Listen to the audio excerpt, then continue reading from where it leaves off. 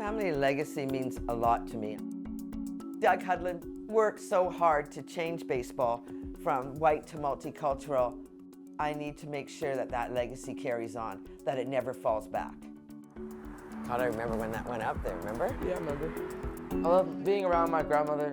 I learn new things about my elders every single time with her. This tells it all about your uncle. I want him to carry on the family legacy.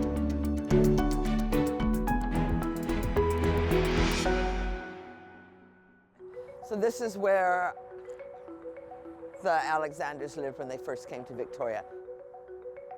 So my rich family history, of course, starts with my great-great-grandparents coming here to Victoria. We're the first black people here, brought here by Sir James Douglas.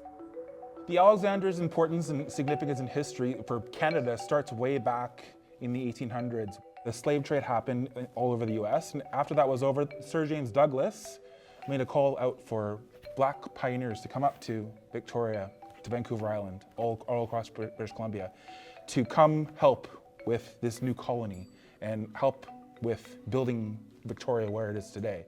My great-great-grandfather built a church out in central Saanich called Shady Creek with some of his neighbors. And then there's Doug. Doug is my uncle. He is the youngest out of all the children from my Nana. Doug is the man that decided that he was going to change baseball from white to multicultural. In those days, there was thick racism in this city. Doug created the Brown Bombers because they wanted to play baseball. The Brown Bombers was an all black team.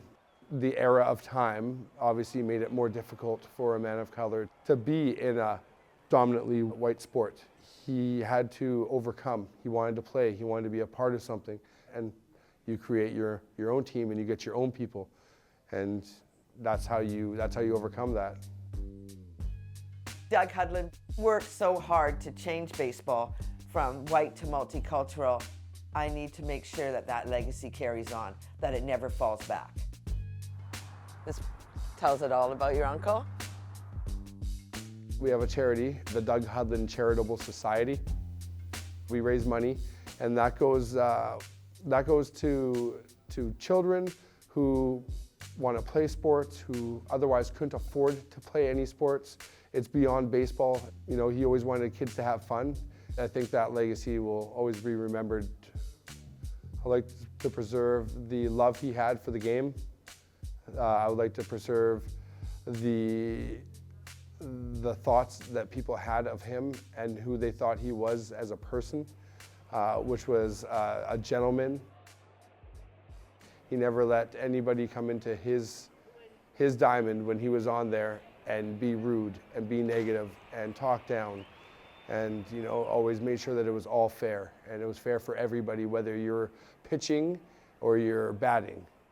He's the first black Canadian to umpire in Williamsport. He's in the Hall of Fame here. He's in the Hall of Fame in St. Mary's, Ontario. God, I remember when that went up there, remember? Yeah, I remember. The City of Victoria commemorates him. So we have 2 proclamations. We have one for Doug Hudlin Day on June the 11th, where they put up a plaque at National Little League.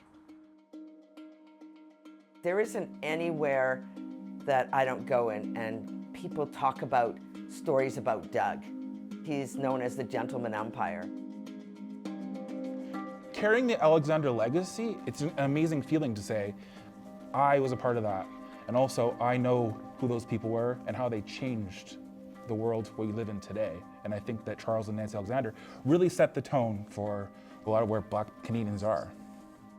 We thank you for your 30 years of dedicated officiating. My aunt started it, and I'm going to continue it on, and hopefully in that time I can pass it on to my kids.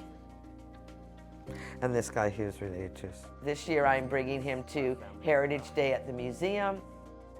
I'm going to be at the round table at the museum, and I'm going to be talking about Doug. I want to keep his legacy alive so people don't forget who he is. It's awesome being a part of this legacy, to know that I'm his great-great-nephew and I can be part of it in a great way. I am not worried that this legacy will not carry on. No, not at all. That's not happening. And that's how I feel in my heart.